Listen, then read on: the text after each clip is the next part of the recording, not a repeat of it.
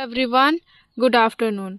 दोस्तों, आज का जो हमारा पौधा है वो है गुलाब का पौधा, रोज़ प्लांट। दोस्तों, नवंबर का महीना और गुलाब में फ्लावरिंग, बहुत ही सुंदर फ्लावरिंग, बहुत ही सुंदर बड़े बड़े साइज़ के फूल। एकदम गुलाब जो है दोस्तों फूलों और कलियों से इस समय में भरा हुआ रहता है। अगर आपके गुलाब के पौधे पे ग्रोथ नहीं हो रही है, फ्लावरिंग नहीं हो रही है, पौधा बेजान सा आपके गार्डन में पड़ा हुआ है, इस तरीके से ग्रोइंग पीरियड में भी अगर आप अपने पौधे में फूल और कलियां नहीं ले पा रहे हो, या फिर कलियां छोटी छोटी आ रही हैं, फूलों के साइज छोटे छोटे आ रहे हैं, किसी भी तरीके की समस्या अगर आपके गुलाब के पौधे में बनी हुई है दोस्तों, तो यह वीडियो आपके लिए बहुत ही ज़्यादा यूज़फुल होने वाला है। आज की इस वीडियो में मैं प्रॉपर से आप सभी को न्यूट्रिशन बताने वाली हूँ, जिसके सहायता से आप अपने गुलाब के पौधे में ढेरों सारे फूल और कलियाँ ले पाओगे। सिंपल से न्यूट्रिशन का इस्तेमाल करके ही आप अपने गुलाब में बहुत ही अच्छी खासी फ्लावरिंग ले सकते हो। तो नमस्ते दोस्तों, मैं हूं किरण और मैं स्वागत करती हूं आप सभी का हमारे इस यूट्यूब चैनल छोटी सी बगिया में। तो चलिए दोस्तों, इस वीडियो को स्टार्ट करते हैं। जो ठंडियों का जो समय है दोस्तों, ये ठंडियों का समय गुलाब के लिए बहुत ही अच्छा खासा फ्लावरिंग पीरियड है। लेकिन ये जो गुलाब का पौधा है दोस्तों, ये बहुत ही ज़्यादा सेंसिटिव पौधा है। इसकी आपको विशेष तौर पे देखभाल करनी पड़ती है, तभी आप अपने इस पौधे में अच्छी खासी फ्लावरिंग ले पाते हो। तो आज की इस वीडियो में मैं आप सभी को कुछ कैट टिप्स भी बताऊंगी, जो कि बिल्कुल नेचुरल से कैट टिप्स होंगे। और डिटेल में अगर आपको जानना है, जो कि बिगनर्स हैं खास करके, उनके यहाँ पे गुलाब के पौधे बहुत ज़्यादा ख़राब होते हैं, तो ऐसे जो भी लोग हैं उनके लिए जो है दोस्तों पूरा ही डिटेल वीडियो जो मैंने डाला हुआ है उसका लिंक डिस्क्रिप्शन में दे दूंगी। आप वहां से चेकआउट करके अपने पौधे में उन कामों को कर सकते हैं।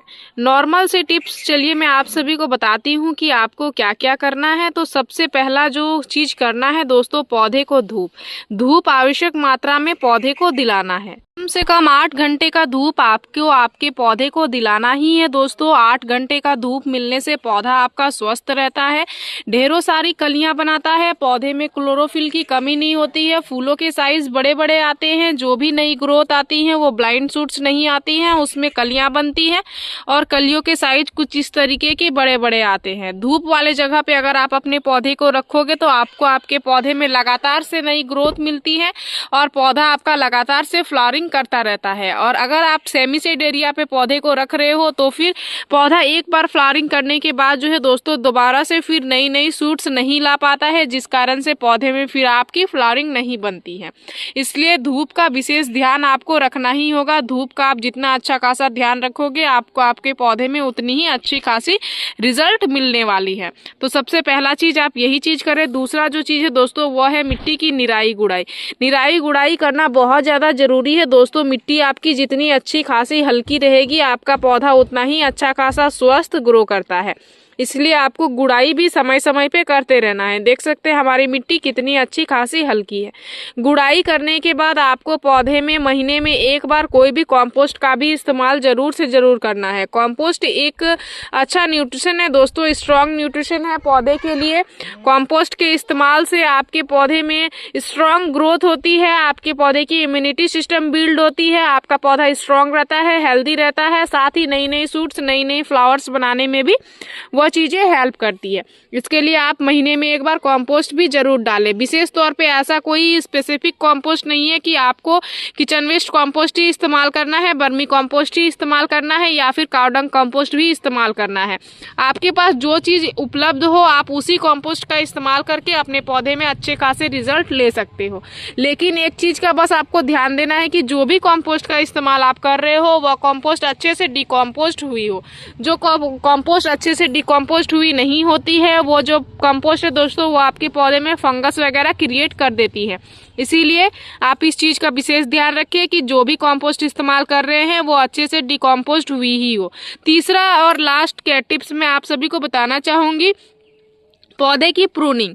यह जो पौधा है दोस्तों ये हमेशा नई ब्रांचेस में ही फ्लावरिंग करता है। अगर आपने गुलाब की गार्डनिंग कर रही है तो आपको पहले से ही पता होगा कि ये हमेशा ही नई ब्रांचेस में फ्लावरिंग करता है, कभी भी इसमें पुरानी ब्रांचेस में फूल और कलियां नहीं बनती हैं।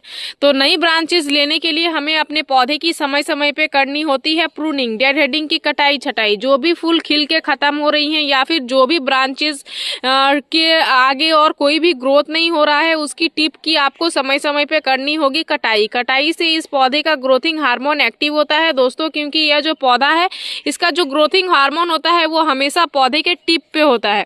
इस तरीके से पौधे के टिप में होता है। जैसे ही आप पौधे की कटाई करते हो पौधा जो है वो ढेर सारे नए सूट्स लेके आता है और जिस कारण से पौधे में कलियां बनती रहती है, पौधा आपका फ्लावरिंग करता रहता है। इसलिए आपको डेड हेडिंग की कटाई छटाई करना भी बहुत ज़्यादा जरूरी है। समय समय पे इस चीज़ का भी आप विशेष ध्यान रखें। तो ये थे आपके कुछ कैट टिप्स जो कि मैंने आप सभी को बता दिया हुआ है। अब जो है दोस्तों मैं आप सभी को बताने वाली हूँ आज के लिए प्रॉपर सा न्यूट्रिशन, जो कि महीने में एक बार अगर आप अपने गुलाब के पौधे में करते हो तो पूरे ही ठंडिया भर आपका जो गुलाब का पौधा है बिल्कुल फूलों से एकदम भरा हुआ रहेगा।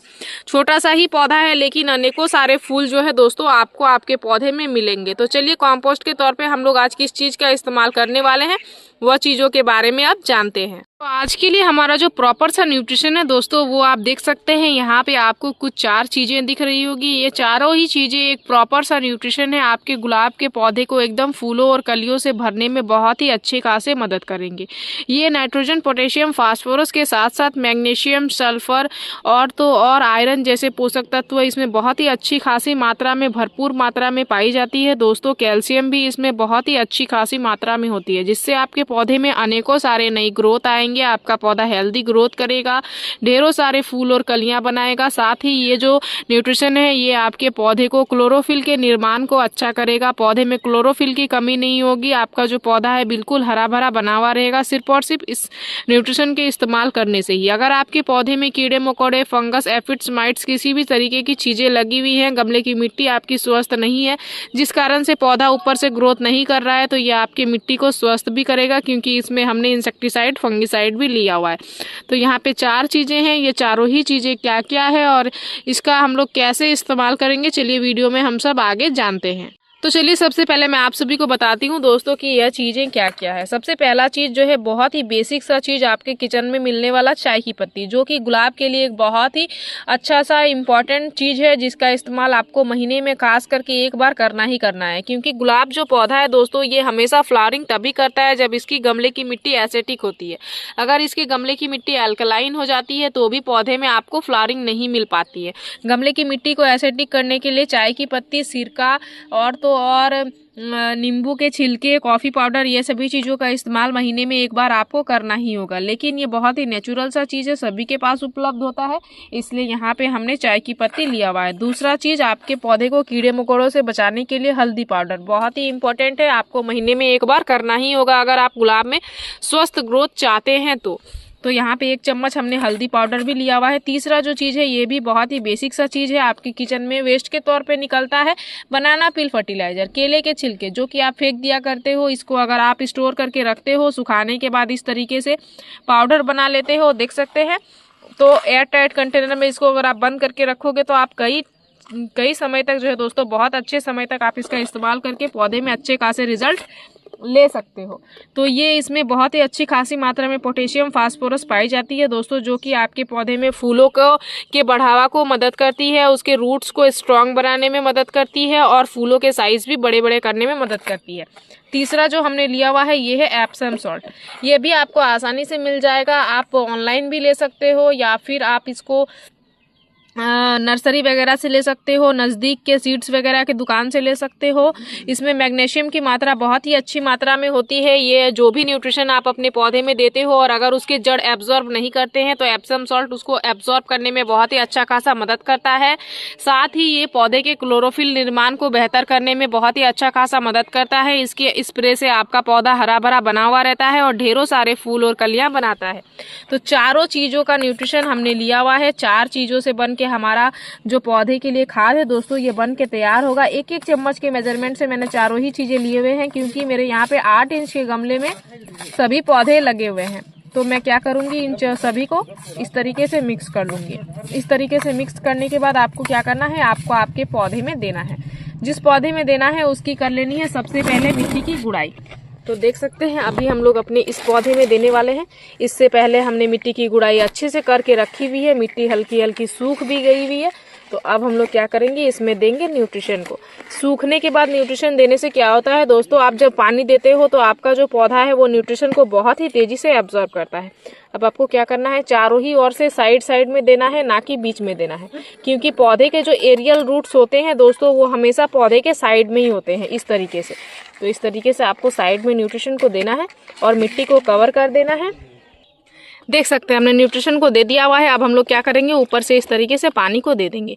1 लीटर पानी अभी हम लोग पौधे में देंगे ताकि पौधा जो है वो न्यूट्रिशन को अच्छे से एब्जॉर्ब करे। उसके बाद दोबारा जब पौधा का मिट्टी अच्छे से सूख जाए तभी आपको पौधे में पानी देना है। ड्रेनेज आप देख सकते हैं कितना ही अच्छा है, पानी कितना जल्दी सोख लिया हुआ है। गमले की मिट्टी सूखा होने के कारण इस तरीके से पानी सोख लेती है और गमले की मिट्टी भुरभुरी होने के कारण इस तरीके से पानी सोख लेती है। इसी तरीके की मिट्टी आपको गुलाब के लिए रखना है दोस्तों। ज़्यादा चिपचिपी मिट्टी बिल्कुल भी नहीं रखना है। चिपचिपी मिट्टी में पौधा ग्रोथ नहीं कर पाता है और पौधा जो है दोस्तों वो अच्छा खासा रिजल्ट भी नहीं लेके आता है। इसीलिए आपको इसी तरीके से ध्यान देना है। गुलाब के पौधे में अगर आप अच्छी फ्लावरिंग चाहते हो तो आपको पौधे की अच्छी देखभाल के साथ साथ समय समय पे न्यूट्रिशन देना ही होगा।